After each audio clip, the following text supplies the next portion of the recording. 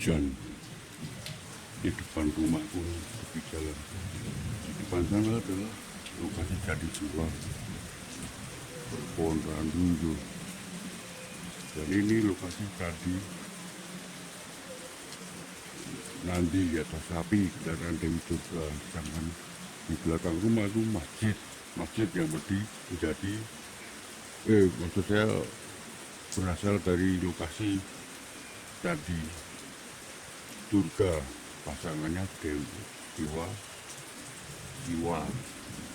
Siwa, lalu candi Wana, kedua kendaraan, candi belakang candi pasangan Dewa itu.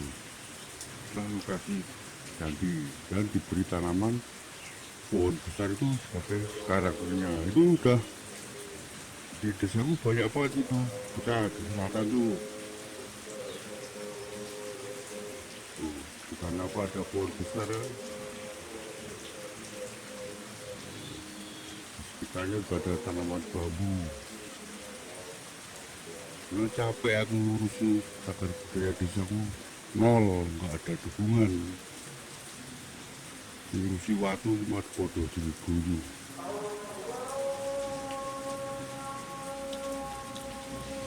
Ini ubin candi.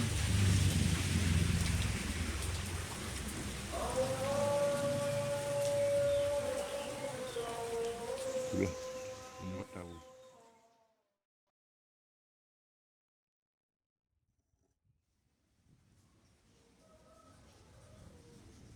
Sebenarnya aku tahu maklumi kalau banyak video tapi sepi pemirsa, boring gitu, selesai boring, membosankan. Ya memang saya terus terang kan bikin video cuma di desaku, terus aja cuma gini ya, saya jelaskan kan desaku kan bekas goblok candi itu nyata. Dan setelah saya melakukan riset sendirian tuh dari tahun 2017 dengan banyak kisah menyedihkan lah pokoknya, dituduh maling kijing, dituduh ndak waras dan sebagainya. Lalu tiap kali belusuan melakukan riset ke lokasi-lokasi yang bersitu candi itu dicap miring atau ditertawakan gitu.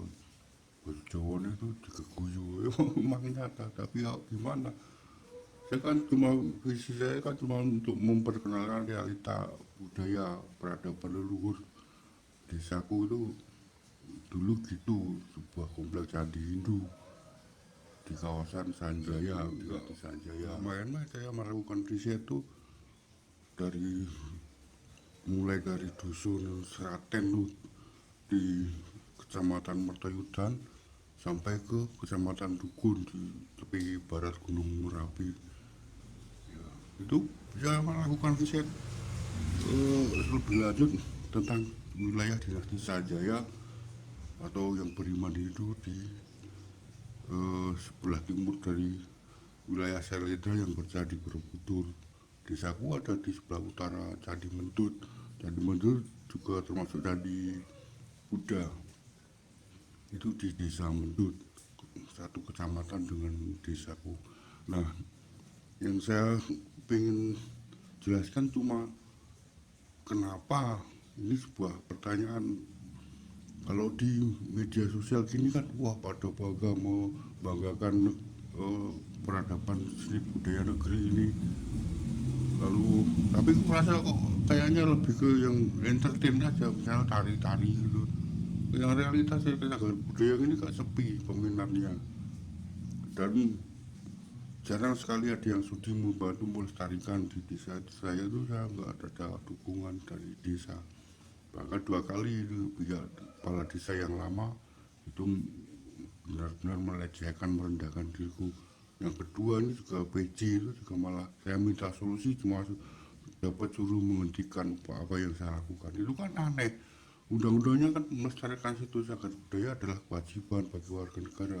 Terlebih desaku bekas komplek candi, tapi toh di webnya kabupaten saya cari di nama desaku nggak ada.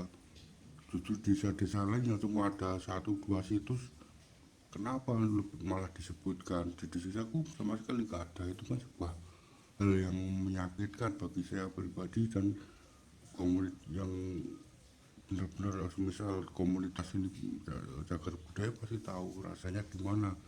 Nggak diakui telah beberapa kali saya diwawancara oleh reporter media massa itu, dan setelah beberapa kali saya tampilkan liputan mereka tentang candi-candi di desaku.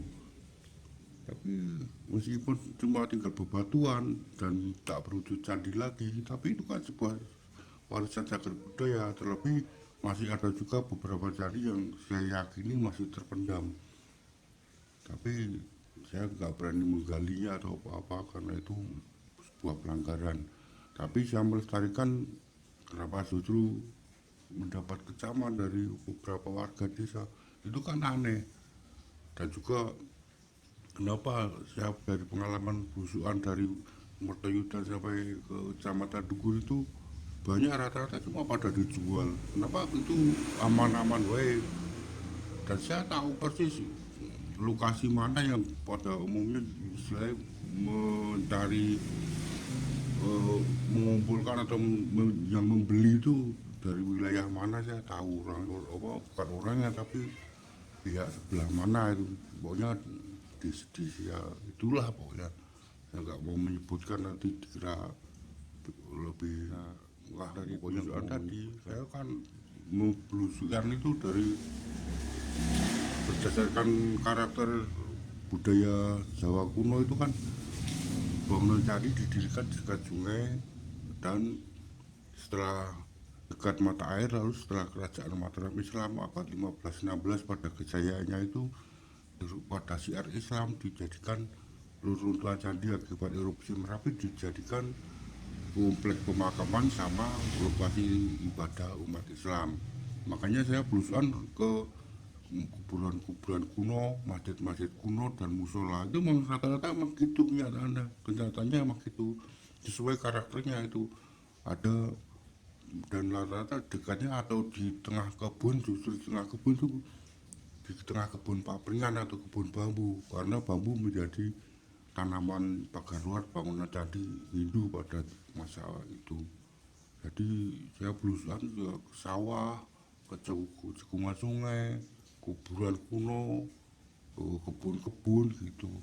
Makanya sering orang menertawakan kalau bahasa Jawanya kok gelem-gelemi gitu, kok ya mau-maunya gitu. Ya gimana, saya kan cuma berdikat membuktikan bahwa teori saya tentang desaku benar, dan saya dibersihkan namaku sebagai maling kijing dan sebagainya itu dibersihkan, lalu saya didukung untuk pelestarian itu cagar budaya sebagai desa cagar budaya. Itu kan sebuah visi yang baik, positif. Selain bangunan tadi, saya juga menemukan realita peradaban yang istilahnya sangat apa ya, pokoknya maju lah, seperti daerah-daerah yang kurang air itu, yang nggak ada mata air kan jadi dibangun dekat mata air dan sungai. Lalu di wilayah yang nggak ada sungai dan mata air itu dibuat saluran air, seperti yang di Candi Wisnu di dusun Gergunung itu diberi saluran air yang dibuat dari mata air Mudal. Itu sebuah sebenarnya sebuah peradaban karya yang bagus dan modern pada masa itu, dan sisa bebatuannya pun masih ada, tapi sama sekali enggak dimasalahkan, pada di nonset ditertawakan. Lalu masalah perasung itu juga yang sebagai sumber air dari perdesaan Ageng dan sebagainya. Lalu saya menyusuri hingga dari mata air, dari hulu sungai Prasung sampai ke muaranya di Kali Ilu itu yang di sebelah utara Desa Mendut, di sebelah utara Candi Mendut itu juga kita berusaha di sawah-sawah dan kebun bambu itu, tapi cuma pada ditertawakan, nggak ada dukungan. Itulah makanya saya bikin video juga lama-lama ala kadarnya aja.